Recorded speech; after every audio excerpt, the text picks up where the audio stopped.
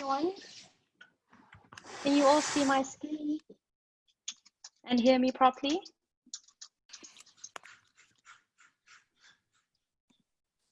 Hey, Congela. Yes. Cool.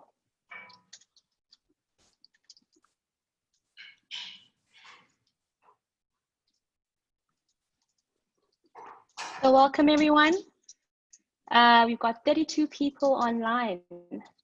That's great. Welcome to all our guests. My name is Kungela Mzuku and I'm a volunteer here at COVI-ID. And I just want to thank you all for joining us this Thursday evening, which is very, very cold. And as you all know, so today is, I think, day 62 of the lockdown. So we've been at this for quite some time now. And just to give everyone an update of the cases today, we increased by 1,673, which I think is the biggest climb that we've had since COVID started. And in total, we have about 25,937 positive cases. But I hear we have a recovery rate of around 52. So that's quite good. And nonetheless, you all here this evening, and I just wanted to, thank everyone for the support and thank you for showing up to our webinars. This is the 5th webinar that we're hosting. The last one that we had together was on the 16th of May. And if you'd like to sort of watch our previous webinars, they're all on YouTube. We also do Facebook Lives as well, that you can use that platform to follow along. But all the webinars are recorded and all the Q&As that we have, we also post online. So to give you guys a view of the agenda today, we'll be speaking on two main points that we have. The first one being understanding the value of data. I think this is something that we've been sort of advocating for since we started at COVI-ID, and it's really the core of what we do here. And the second one being data privacy as a human right. And we have a very, very special guest who will be joining us, which I'm super excited to introduce you guys to. So not leaving any minute to waste, I think we should just dive right in. So our first kind of topic for the day is understanding the value of data.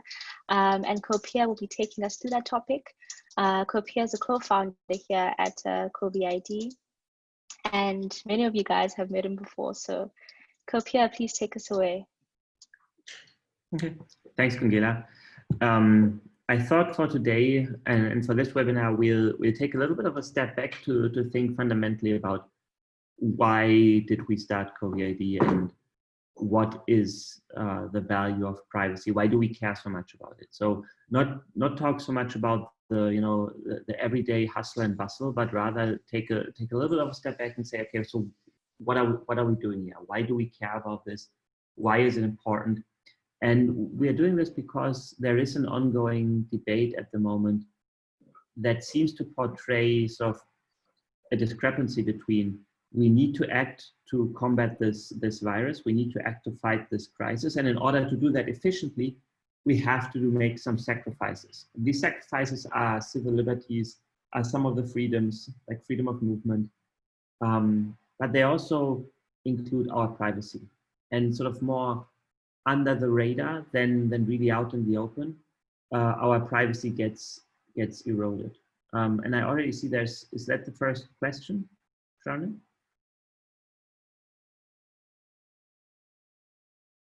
So if you guys put up your hands, I think you'll have a question. If it's a question that is sort of immediate importance, then just type it into the chat. I'll try to watch the window of the chat. Otherwise, if it's a question that we can talk about at the end in the Q&A, then let's move it to the Q&A. And I've prepared. I've prepared a presentation. Kungela, can you stop sharing so I can start sharing my screen?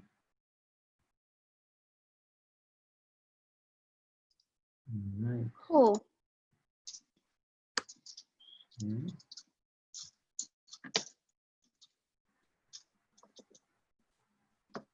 All right, I hope you guys can all see my screen.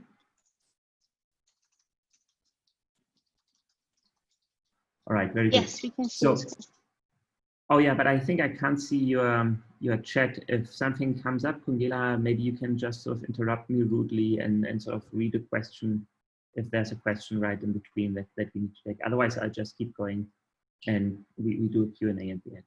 So as I said, so the goal of today is to set the tone for why do we care about privacy, even and especially in times of COVID. And then at the end, I have a couple of minutes to talk with you about sort of how we see privacy working out in contact tracing, and specifically how we've done it with COVI-ID, because last time we spoke, there were a few people sort of asking about privacy.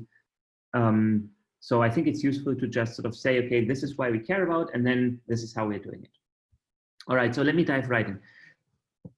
Privacy has always been an important topic for both legal scholars, for activists, but it has become an increasingly important topic lately, which has to do with the rise of Facebook, social media, and the rate of technology adoption. So if you look at how quickly technologies have been adopted in the past, so this graph is from a paper by Jack and Suri, so you can look at how long did it take for the automobile to be adopted by, let's say, 50% of the population in the US. And when you start from the beginning, when it was invented, to when around 50% adopted it, you see it was about 17 years, then it stagnated because of the Great Depression, and after World War II, so it really took off. And you can do this for all kinds of technologies. For the refrigerator, it took to get to 50%. It took similarly about 15 years to get to like 90%. It took probably more to like 30 years. So when you look at the speed at which society has adopted new technologies, what researchers have observed is that this has increased over time. So the latest technologies, cell phones, the internet, they are adopted by a much larger part of the population much faster. And while we used to know how to deal with privacy issues in a pre-internet, pre-selfie, pre-surveillance state world, it is much more difficult to maintain privacy in a digital world. And a lot of that has to do with the definition of privacy. And the best definition that I found was by Weston in 1967, which relates privacy to the right to control how information about you is disseminated. So this information can include your image, your voice, everything you write, your geolocation. So if you should be in control of how this is communicated to others, there's a fundamental challenge when it comes to data, because in a digital world, making a copy of a digital object is basically free. There is almost no restriction as to how you can copy digital objects. There were some attempts with digital rights management or with copyright, but copyright really is difficult to apply in a world where there is no history of who makes a copy of a digital object. And so this decision that we don't keep track of the history of how a digital object was copied, how it was moved around in the cyberspace, that is a deliberate design choice back in the 60s, 70s, when the first computer systems at scale were invented, because memory space and computing time were so expensive. So we've decided, okay, we won't keep track of the history. We won't keep we won't have any origination tag associated with a digital object. And as a consequence, you can copy it freely, but if you can copy it freely, how do you control how this data is disseminated? This is a fundamental challenge that is the consequence of this design choice that we've done in the 60s and 70s. So it has a lot of good sides, because you can't sort of protect your digital objects, and because they can be copied freely. What this means is that the digital world, the digital economy, is evolving, is developing rapidly. And in fact, it is developing faster than the real economy. So if you look at some data for this, I found something from Barefoot et al. When you look at the growth of the digital economy in dark blue versus the growth of the total economy, you will see that for the past 15 years, it still holds true today, the digital economy in every year grew much faster than the real economy, or if it shrank, like during the 2009 recession, it shrank less than the real economy did. So what this means is that we see this shift from the real to the digital world, where data becomes sort of the main driver, the main ingredient, the main commodity of the digital economy. And this has grown faster and faster and faster. So it means the share of the digital economy of the total economy has increased over time, and significantly so. You can see some of the consequences of this when you look at changes in the real economy. I mean, we had it here in South Africa with Adcon filing for business rescue. It's not super surprising. Actually, I had a lot of discussions already last year mainly with union guys saying that Adcon should not be bailed out. It should fail because there's no place in the modern economy for a company like this. And they were adamant that this is wrong, but with people moving to online commerce and online marketplaces, it is very difficult to see how the physical world that is very expensive can keep up. And it's not a South African trend, it's a global trend. When you look at department stores, grocery stores, all of these things in the US, you see the same shift that we are seeing here, except a few years earlier. So we've seen the death of these strip malls across the US, and the death of malls just in general as an embodiment of this move to the digital economy. And the same will happen in South Africa. It is inevitable because our consumption patterns have changed, because digital goods and sort of digital services are produced more quickly, more cheaply, more innovatively at the moment than the real economy. And that is a consequence of this idea to say, if you can copy everything freely, it's an ultra-capitalist world where a lot of emphasis is placed on innovation. And I think this really has driven the initial emergence of the digital economy and data as a commodity. The question at this point is really, should we let it evolve like this? Should this be allowed to continue, or is it not time to have a new discussion around the role of data? And if we have sort of substantial base for the digital economy, is it not now time to discuss about property rights and who should own them? And that is really why privacy is such an important topic, because another way of looking at privacy is to say privacy is the embodiment of property rights on data, on information.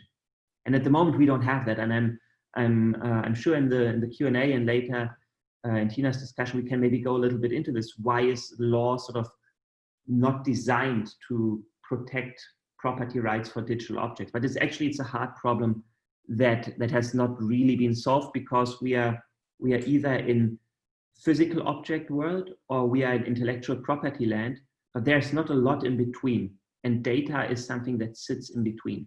So another approach of creating this is to say, well, we don't just want to rely on the law, we actually want to rely on technological solutions. And there's a few ways that people have tried to create a form of property right on data. And the easiest is in the way that this has traditionally evolved, where property rights for land emerged when somebody was able to stake the land, to put a fence around it, to defend it against invaders, and to claim it as his. There's a second condition that sort of some legal traditions emphasize, and that's the ability to improve on the quality of the land. So in America, in the very early days, there were many cases at the Constitutional Court in the US with Native American land, and the question was, are Native Americans improving upon the land? And if they only sort of maintain the ecosystem, is that an improvement upon the land? Because if they don't improve upon the land, they might not be able to have property rights on it. So as you can imagine, it was a big discussion around who owns land. And in the very same way, we have the same discussion around who owns data. And the answer that we have at the moment is very simple. Data is owned by whoever captures it, demarcates it, stakes it, claims it as his, and improves upon it. As it turns out, these are central database operators like Apple, Google, Microsoft, Amazon, and Facebook, which is why when you look at the top 5 market caps in 2017, you see that the top 5, at least in the West, and China is always a bit different, but in the West, are all tech companies, while the same day 11 years ago, you had something like ExxonMobil, GE, Microsoft was still there, BP, even a bank, Citigroup, those were the days where banks were big and powerful. It's an expression of this fundamental shift that has taken place in the digital economy, and the ability of large database controllers to monopolize the control over the data. So as a consequence, they are the only ones that can monetize the data that they collect. They can sell it, they can rent it, they can use it in any way they see fit, and they do that. When you read the end user license agreements for any of these companies, you will see that they are allowed to do with the data what they want. And the fact that they can do that explains the difference between their total market cap and the relatively low value of their physical capital. So for Facebook, for example, it's only a fraction of their total market cap is physical capital. The rest is intangibles, like intellectual property, but actually, even if you take patents and things like that out, there's a huge chunk in Facebook's market cap that is unexplained, which is the user data that they have collected. Now, this is really the new normal in the digital economy. Whoever captures your data owns it, and there's a huge data value chain of companies that combine, aggregate, and sell personal data. There's a huge ecosystem evolving around this, and health data is actually one of the most profitable personal information that is currently out there, which explains why there is a huge push from all kinds of companies to collect as much personal data as possible. And many of them use COVID as a nice excuse to just do what they have always done before. And that is collect the data, control its dissemination, benefit from the monopoly. And that is why we think that model will have downsides. So we are trying to build a system that does not follow this model, that protects user privacy, and that allows users to control what happens with their data, to empower the users at the expense of the monopoly operator. And since we're not the only ones to work on this, privacy really is the next big frontier. So when you look at the size of the global data sphere, you see one striking fact, and that is that it is exponentially increasing. So you will have heard that the amount of data that we have today, 90% of the data that we have today has been created in the past 2 years. What is more surprising is that this number has stayed the same for roughly 30 years. So for 30 years, 90% of the data that existed has been created in the past 2 years. So it's likely that this is going to stay the same for the next couple of years. So if 90% of the data that exists in 2 or 3 years hasn't even been created, there are no property rights yet for it. The division of this data has not been decided. So there is a tendency, especially since Facebook and Cambridge Analytica, that people actually are more concerned about their privacy. And I think that has to do partially with sort of people understanding that there's a very thin line between observing and manipulating. So initially, Facebook just observed the user data and sold it to Cambridge Analytica. But when Cambridge Analytica then used the data to buy ad space and send targeted ads to specific users on Facebook, the line between observation and manipulation was crossed, and Cambridge Analytica actively tried to influence voting behavior both in the Brexit referendum and in the 2016 US presidential election, with quite far-reaching consequences. So people start to care more about this as a consequence of this egregious behavior on Facebook's side and Cambridge Analytica's side. But I think it's also an expression of an underlying current that we have seen time and time again in history, when the means of production and who controls them is, let's say, renegotiated. And I think we are in a similar situation right now. Some countries try to nationalize the control over data. China is the prime candidate for this. Their social scoring system actively tries to influence human behavior through control over the data. And in this case, what you see here is an intersection somewhere in, I forgot, in Shenzhen, where when you jaywalk, so when you don't wait for a green traffic light and you jaywalk, there are cameras who use facial recognition to detect, like to take pictures of your face. They match it with your social scoring data, so that when you jaywalk for the next 2 weeks or so, your name and sometimes your picture gets displayed in this little billboard here, and you are being publicly shamed as somebody who disturbs the harmony of society. So this is, this is all fun and games, and nobody likes jaywalking anyways. The next thing they built was the Deadbeat Debtors app. So this app, actually actively in operation, allows you to see in a radius of a few hundred meters who has outstanding debt, so that when you see them spending money, you can report them to the creditor. This is really horrible, because people who have outstanding debt that hasn't been serviced, they're usually ones in economic distress. And if they have to go out and buy necessities, and you start reporting them for doing so, you start modifying their behavior. So what you do is you change how people walk, how people experience public spaces, how people participate in society. And that is a big problem. Now, why are digital property rights, the control of individuals over their data, so difficult to create? And let me tell you the two sides of this story that exist. The one side, and I can tell you right away how this relates to contact tracing as well.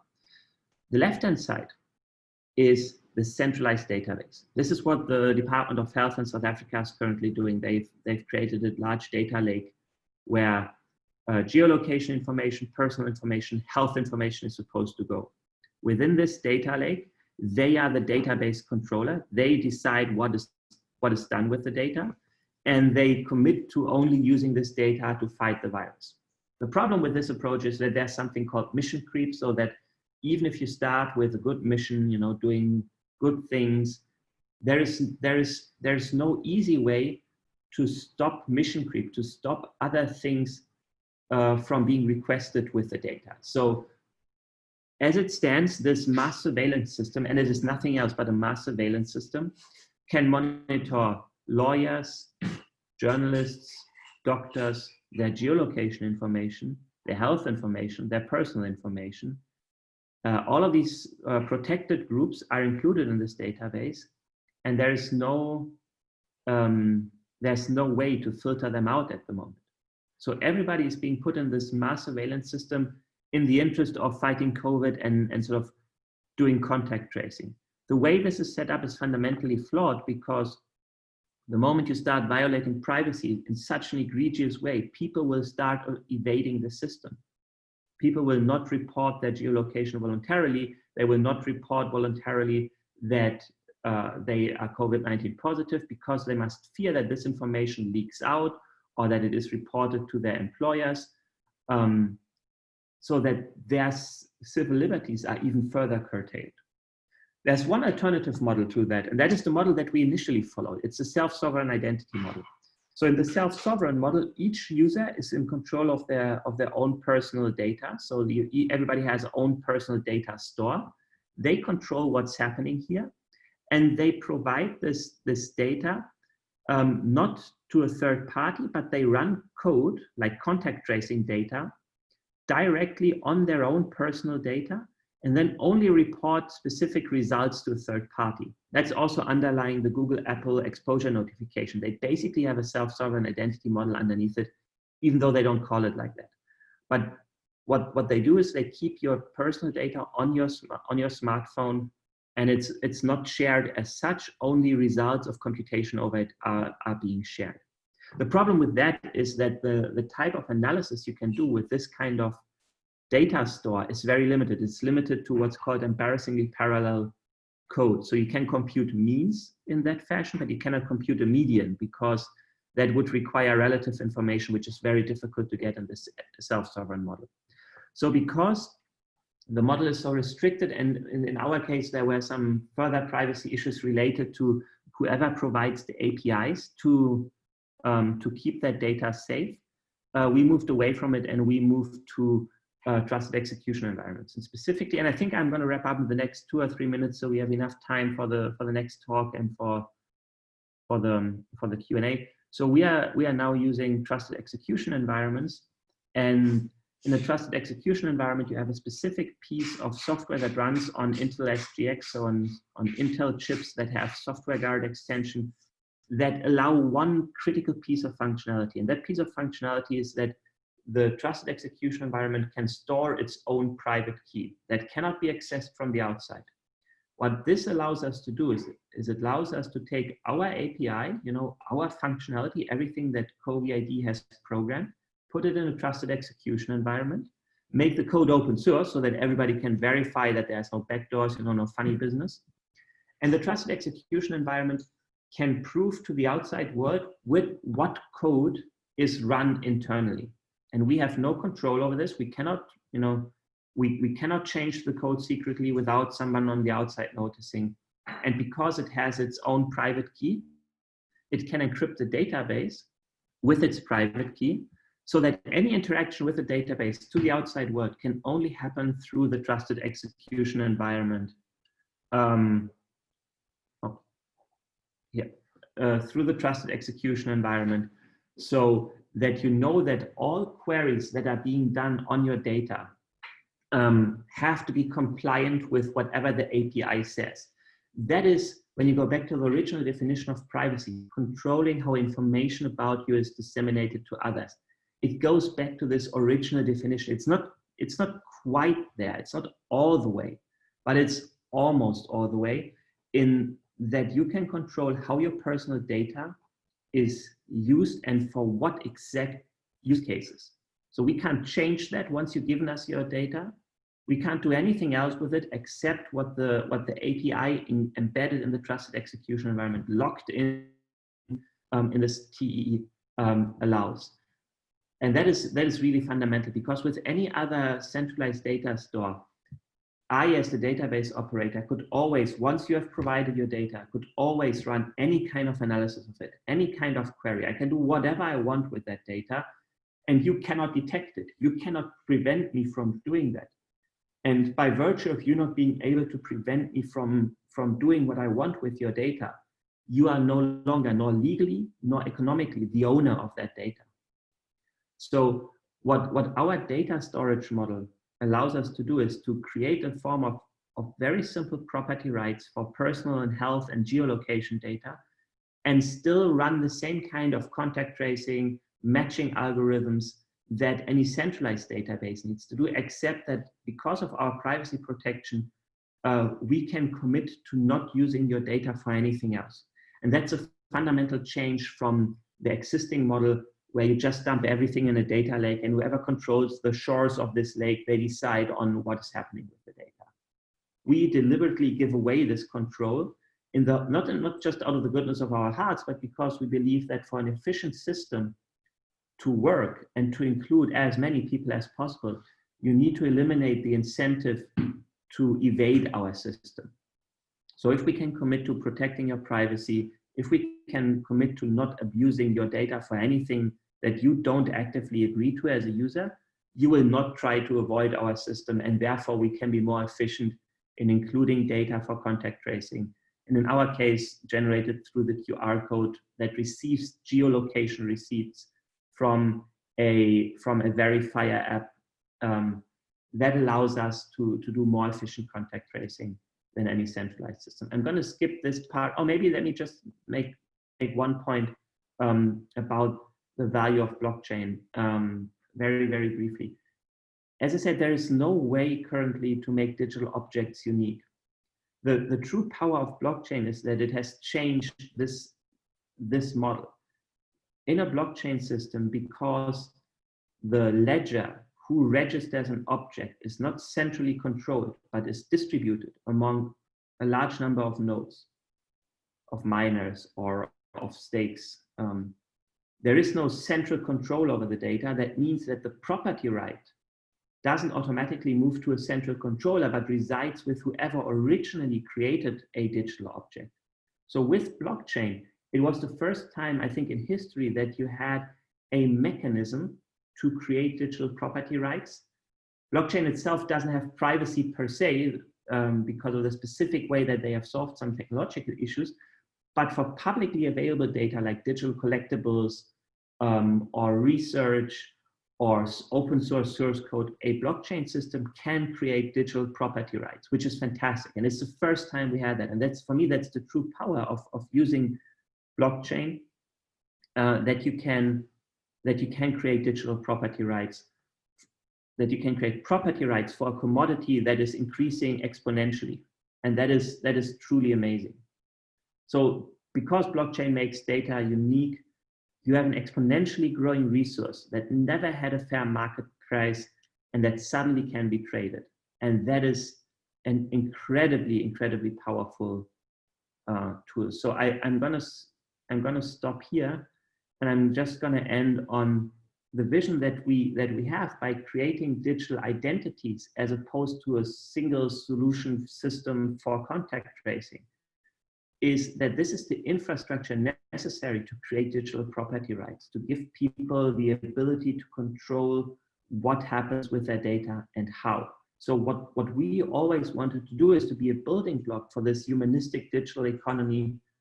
And a lot of that has been inspired, this is Jaron Lanier, by a book that he wrote called Who Owns the Future, which is all about sort of the quest for privacy and for data ownership and digital property rights. But I think I'm going to stop here and leave time for Tina. And I don't know if there are any urgent questions that we should start here, take right away. We'll do Q&A in a bit. Cool. We have quite a few things to get to. Cool. Okay, yeah, I saw the Q&A questions already. Yeah, we can take them all at the end if that's all right. And let me just check in the chat. Is there anything super critical in the chat that we need to address? No, okay, cool. Time, yes, okay. Oh, that was private. Thank you. I see it. Cool. So next up, I'm going to be welcoming our guest speaker. Her name is Tina Power, and I absolutely love that name. I'm just going to say that up front. So Tina is a legal practitioner of the High Court of South Africa. She holds a BA, LLB, and LLM in human rights advocacy and litigation degrees from the University of Witwatersrand. Tina is an associate analyst and researcher at ALT Advisory and an associate at Power Singh Incorporated. So before joining ALT Advisory and Power Singh, Tina worked at Section 24, the Legal Resources Center, and clerked at the Constitutional Court. She has conducted research in the digital landscape in South Africa and worked on training resources on digital rights. Tina focuses on constitutional law and public interest litigation with an interest in child's rights, online harms reduction, and quality and non-discrimination. Welcome, Tina. Thank you. Thank you so much for having me. I hope everyone is well, safe, and warm on this cold evening. Definitely, definitely. So how we're going to do this part of the discussion is we have a few questions that have been coming up, from our previous webinars that people would really like to know. And we're just going to jump right into them. Is that okay? Sure, sounds good. Cool. So the first question that we always get is, what is the difference between GDPR and POPI?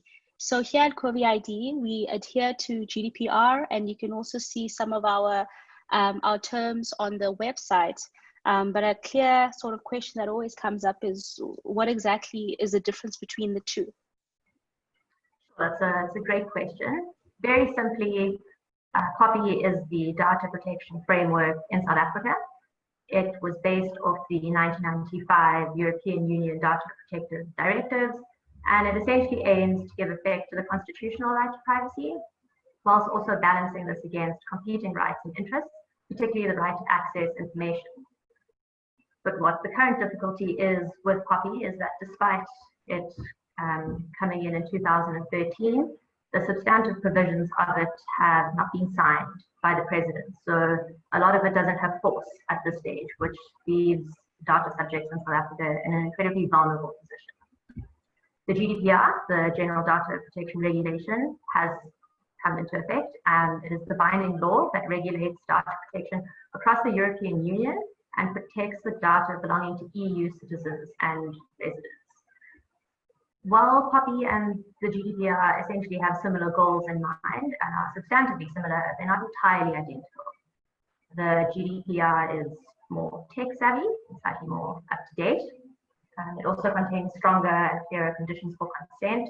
It includes enhanced access to rights for data subjects. There are more expressly defined ambits around the right to erasure, and it deals with data portability. But for purposes of this discussion and the way in which I understand the COVI-ID process to work, GDPR deals with what is known as privacy by design. And they require that as an express legal requirement. Privacy by design, which I'm sure most of you know, is when privacy is incorporated into tech and into systems by default, and it becomes the priority consideration. So in terms of the GDPR, this means that there need to be appropriate organizational and technical measures to be implemented, both at the time of the determination of the means for processing and at the time of the processing itself. And these measures must be designed to implement data protection principles in an effective manner, and also to integrate the necessary safeguards that protect the rights of data subjects. COVI doesn't explicitly require data by protection. It sort of indirectly grapples with it by requiring sort of reasonable and appropriate data protection measures that are on par with global standards. But it's great that you guys are taking efforts to be compliant with good data protection standards. So well done to you. Cool. And just to sort of touch on the statement that I have here on the screen, which says data is a human right. What exactly does that mean? I think when, a lot of people think about human rights, it's the right to water, the right to a livable space, the right to an education. But when we get to data privacy in itself, what does that actually mean? So for me, data privacy is about privacy, and privacy is a fundamental right. It's essential to our autonomy, it's imperative for our protection of our human dignity, and it serves as a foundation on which other rights are built. It's a really important right, and there are often arguments where sort of, particularly in developing nations, privacy is something that might be nice to have, but is not necessary. I struggle with that argument, and I don't agree. I appreciate that there are complexities, and like you said, there are the rights to housing and water, and those are generally considered as human rights. But the privacy and linked to that data privacy it's really important. It's a fundamental right. Internationally, we recognize it. Regionally, we recognize it, and our own constitution recognizes it. Having privacy and having data privacy facilitates the way in which we communicate, the way in which we impart ideas, the way we express ourselves and access information. It allows whistleblowers to hold people accountable, and privacy at its core, and the Constitutional Court recently said this, is about identity, dignity, personal integrity, and autonomy. And for me, those are really important principles. Those aren't luxuries, and they're not principles that are catered for wealthy nations or privileged nations. Privacy and data privacy is something for everyone and must be applicable everywhere. And so I just really wanted to emphasize how important privacy is, and we shouldn't get distracted by the fact that it might be a less tangible concept, but it's such an important concept and right. Yeah, thank you for that. And I think, one of the questions that I was going to ask is exactly what you just answered, to say, one might argue that in developing nations, privacy is a nice to have, and it's not a necessity. And thank you for answering that. So the next question is, can private companies lawfully profit from the data that they collect from us? So this is a really good question. I think often misunderstood question. So in short, they can. While POPI remains substantively an operative, we have to turn to the common law and to our constitution to figure out how we answer these questions and how we understand the different ways in which we can enforce the right to privacy. So for there to be a breach of privacy in terms of the common law, there needs to be an unlawful disclosure of the private facts of a person. And under the common law, the distribution or sale of general personal information, obviously dependent on the facts of the matter, might not inherently be illegal, to answer your question. Then we have to turn to the Constitution as well. So Section 14 of our Constitution gives everyone the right to privacy. And our courts have grappled with the idea of whether or not a person's name and identity being shared without their consent may constitute a violation of the right to privacy.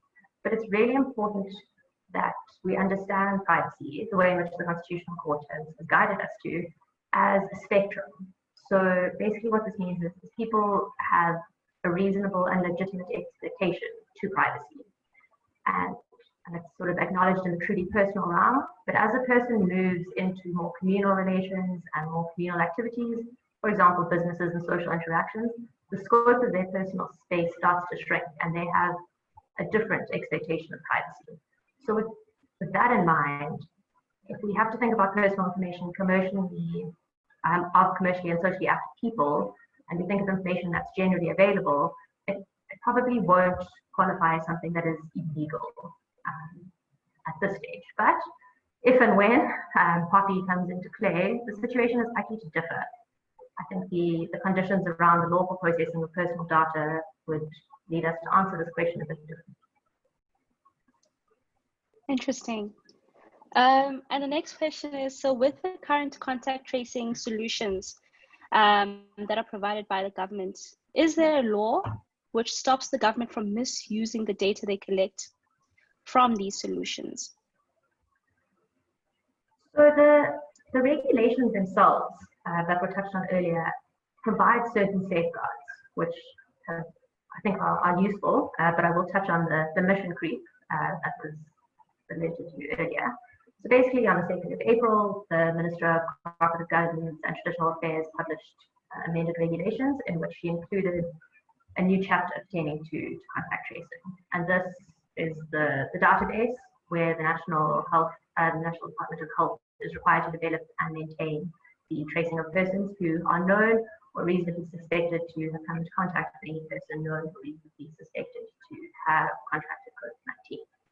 They sort of take information about your first name, surname, identity number, where you live, what your test results are, and who you may have been in contact with, who may be at risk. But the important safeguards that these regulations have included sort of linked to user notification, the express provision that the regulations do not permit the interception of content communications. There's confidentiality provisions.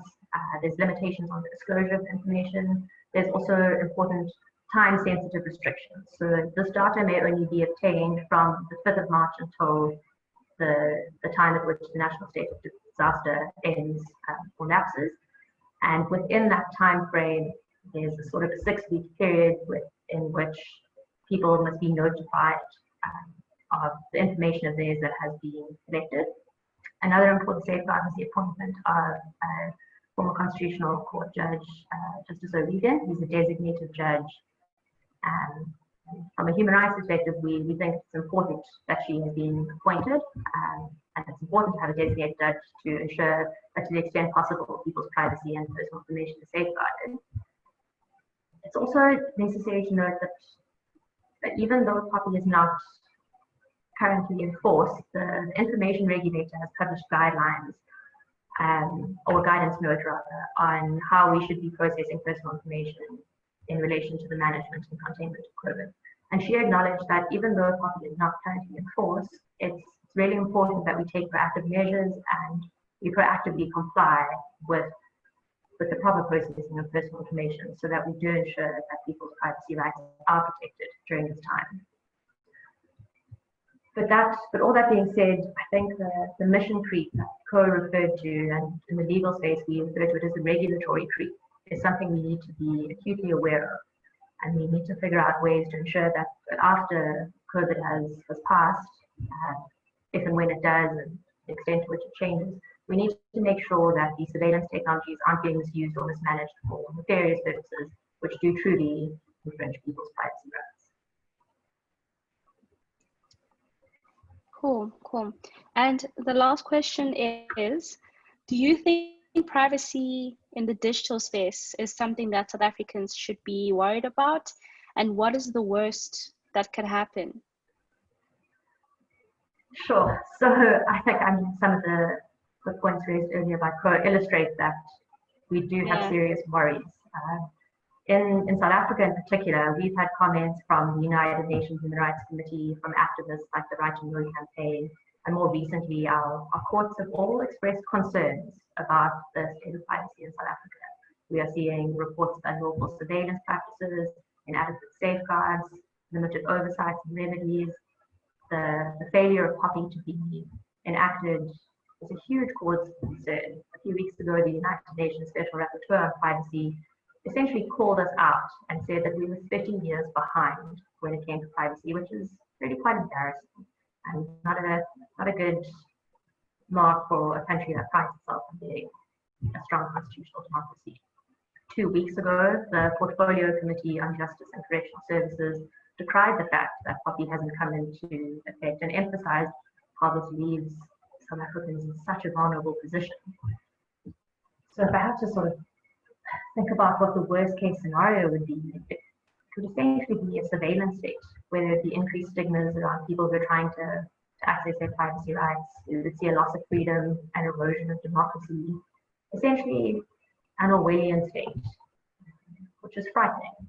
And this just illustrates and goes back to the earlier question about why privacy is important, because we don't want to be in a position where the government is trying to control every part of our life. And if we don't protect our privacy rights, we might well be in a position like that. Cool, cool. Thank you so much, Tina. So I think we're going to move over to the Q&A part of our webinar today. And there's quite a few questions for both you, Tina and Co. Cool. And actually, we have a statement from Ross Forgan, who's saying that there has been a recent court case in SA between Discovery and Liberty, where the court found that a person's vitality status is their personal data, and the court used ownership type of language, which is very, very interesting. Thank you for sharing that, Ross.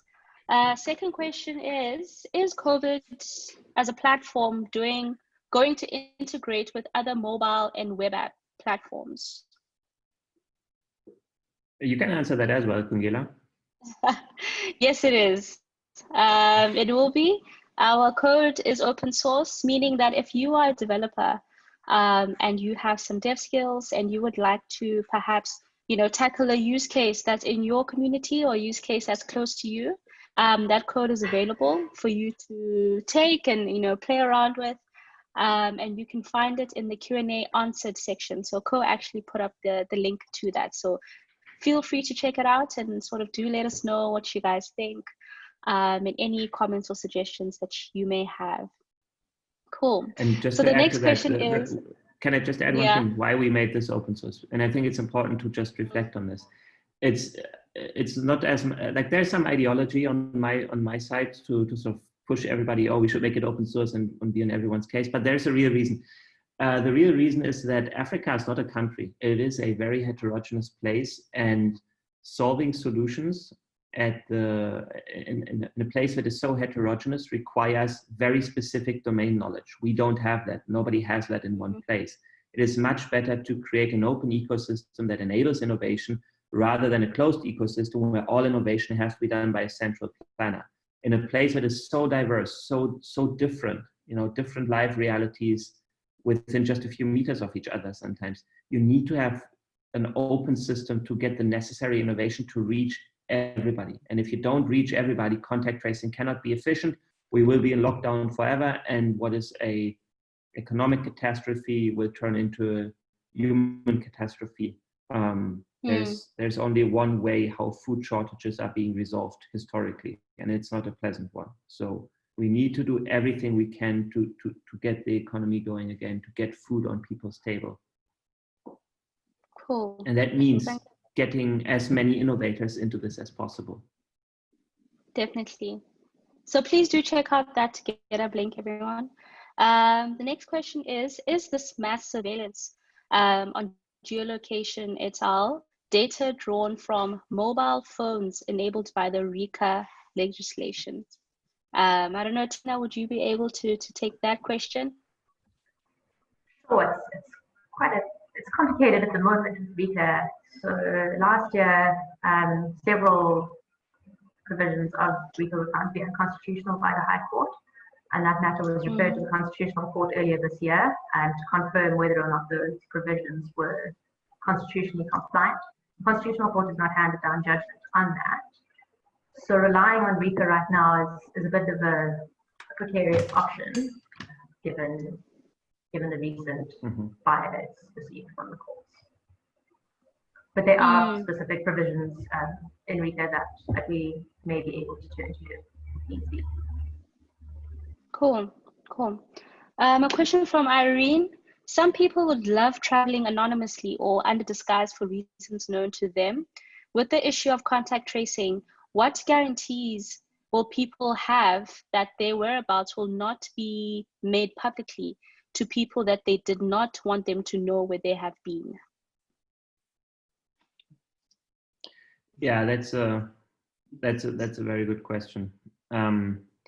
It's one thing to promise that the government promises that they won't abuse the data, and actually with this particular government, I wouldn't even be so distrustful. It is that the government cannot commit that this will not be abused in the future. That is the problem. There might be a different government, and if I see Didi Mabuza as a president, Ace Magashule as deputy president, I am much more concerned about how the data will be used and what this country will look like. And we're not far away from a scenario like this. So it's not out of the realm of possibilities, right? So I think it is good to be wary early on. And that means any promise they make, as much as I'd love to believe them, it's just not credible. They cannot protect the data from being abused. They cannot. So they weren't able to protect our tax data. There have been hacks of SARS data that has been leaked. All our tax information, all the tax identification numbers can be bought online. It was one of the biggest leaks of personal data in South Africa. Big banks cannot protect their privacy. The US military cannot protect the integrity of their databases. Islamic State, not even professional hackers managed to get personnel information for thousands of US military personnel. It cannot be kept safe. It is not about do we trust them, do we not trust them. It cannot be kept safe. And that's why I think what you're asking about is what kind of guarantees can we give them? I don't think there's any reasonable guarantee that humans can give them. I think we need to build a system that has this guarantee built in, and citizens need to demand that this system is being used if it can protect us equally well from the virus. I think that is the right thing where the line needs to be drawn. You want to add to that, Tina? So from a legal and human rights perspective, I think we do have certain guarantees. And I think through our courts and through policy and activism and research, we can encourage the notion that the right to privacy is promoted, protected, and fulfilled. I agree with you. It is difficult when we're facing governments that we may not trust, or we may feel are not acting in our best interest. But fortunately, we do have this beautiful document that is our constitution that does provide us with really impressive safeguards that allow us to figure this out, and we can do so in very creative ways. And I hear you. I think sort of online data it's a minefield, and no one is truly protected, but we can try as hard as we can to ensure that people's privacy is at least protected to the extent that it should be. Cool. Okay. And another question from Irene is, so what is the remedy? What remedy is available legally if one discloses such information?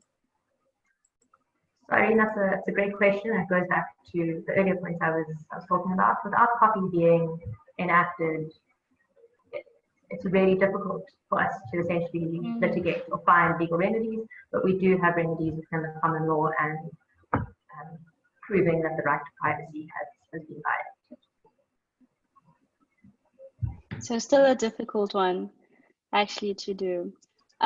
Next question is, the National Health Act and its regulations makes it a requirement for the healthcare providers / workers to collect and report notifiable medical conditions to the Department of Health and to comply with the future implementation of COVI Act. Does it require amendment? Are the contact tracing regulations required given the existing NHA and regulations?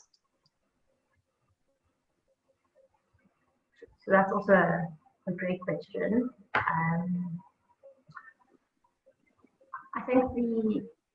think they're serving different purposes from my understanding. One is sort of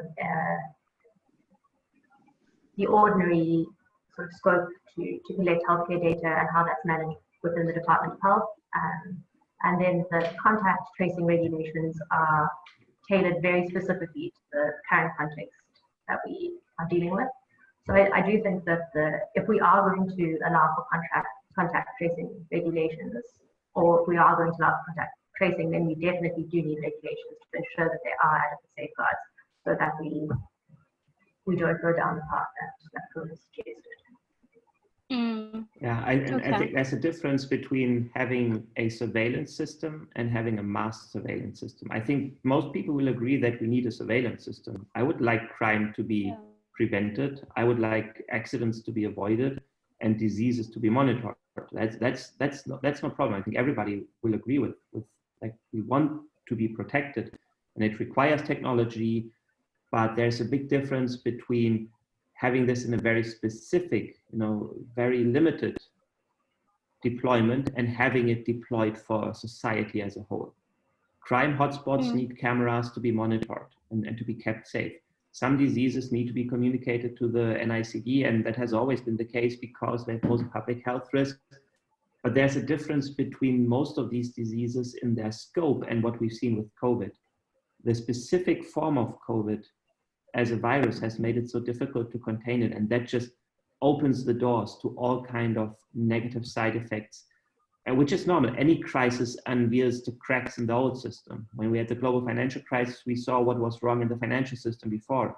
Now we see what is wrong in our healthcare monitoring system, which was never designed to be deployed at scale for everybody. So like, this is a time to reinvent our tools and our infrastructure. And I think there's an opportunity here. If we do it right, there will be lots of benefits for all kinds of diseases to react efficiently, to sort of eradicate certain diseases that we can eradicate. I mean, there are definite benefits of this. It's just we must not cross the line to mass surveillance because of all the bad things that happen in mass surveillance states. Yeah, and I like how you mentioned that. So leading on to our next question is, how can health data be anonymized for research purposes? Okay, so there's a variety of techniques available. I should share, there's a very nice webinar that OpenMind organized the other day on different privacy preserving technologies for healthcare analysis. The easiest is to use a technique called differential privacy. What you do is you create a database and you inject noise into the database itself that makes of any extraction of individual information impossible, while you can still maintain statistical relationships. There's also federated learning. There's a variety of techniques for machine learning on encrypted data sets, such as fully homomorphic encryption. So a variety of techniques exist to enable that. The problem is none of them are really ready to be deployed at a very large scale yet. A lot of that is actual, like 2018 onwards kind of research. So it is still a bit in its infancy, and COVID just boosts this forward. But the easiest one that actually works, that is in use across the world, is differential privacy. So you can create a differentially private database that protects this. Well, at least to some Cool. extent. It's not perfect, but it's good. Yeah, no, that would be very interesting. I think we should add it and maybe share some of those techniques on our social media for some of the developers we have yet. Cool. So it's now 7 o'clock. We've come to the end of our webinar. And what we will do is as after every webinar, we do share the questions and the answers. So please do sign up to our newsletter, as well as follow us on social media. And I'd also like to say thank you so much to Tina for joining us today. It was super interesting. And I think, every time we've sort of been speaking about privacy, it's been a little bit hard to kind of decipher. So I really enjoyed our chat today. I think we've all learned quite a lot. And thank you to Co as well for sharing some of the slides that you did. And thank you to everyone for joining. Congela, before you end this, Tina, any last words from your side? Yes, sure. I would like to say congratulations to the COVI-ID team on all of your work. I think that this pandemic has brought about a grave amount of suffering and hardship for many. But it's also illustrated how creative and industrious we can be in a time of crisis, but equally how we need to navigate these complicated spaces and ensure that human rights are compromised. So I commend you for taking privacy so seriously in such a difficult time. So well done. Keep up the great work. Thanks. Thank you so much, Well done, Tina. team. Cool. Well done, everyone. Any last words from you guys, Co?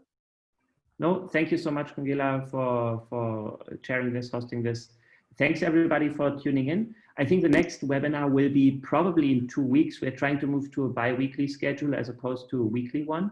But if something like super interesting comes up in the meantime, we will do another webinar next Thursday, same time. We will send out the invite.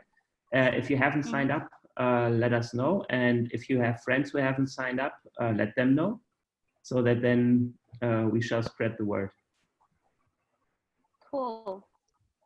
Thank you, Awesome. everyone, and have a beautiful evening. Thanks, everybody. Take care. Cheers. Thanks, guys.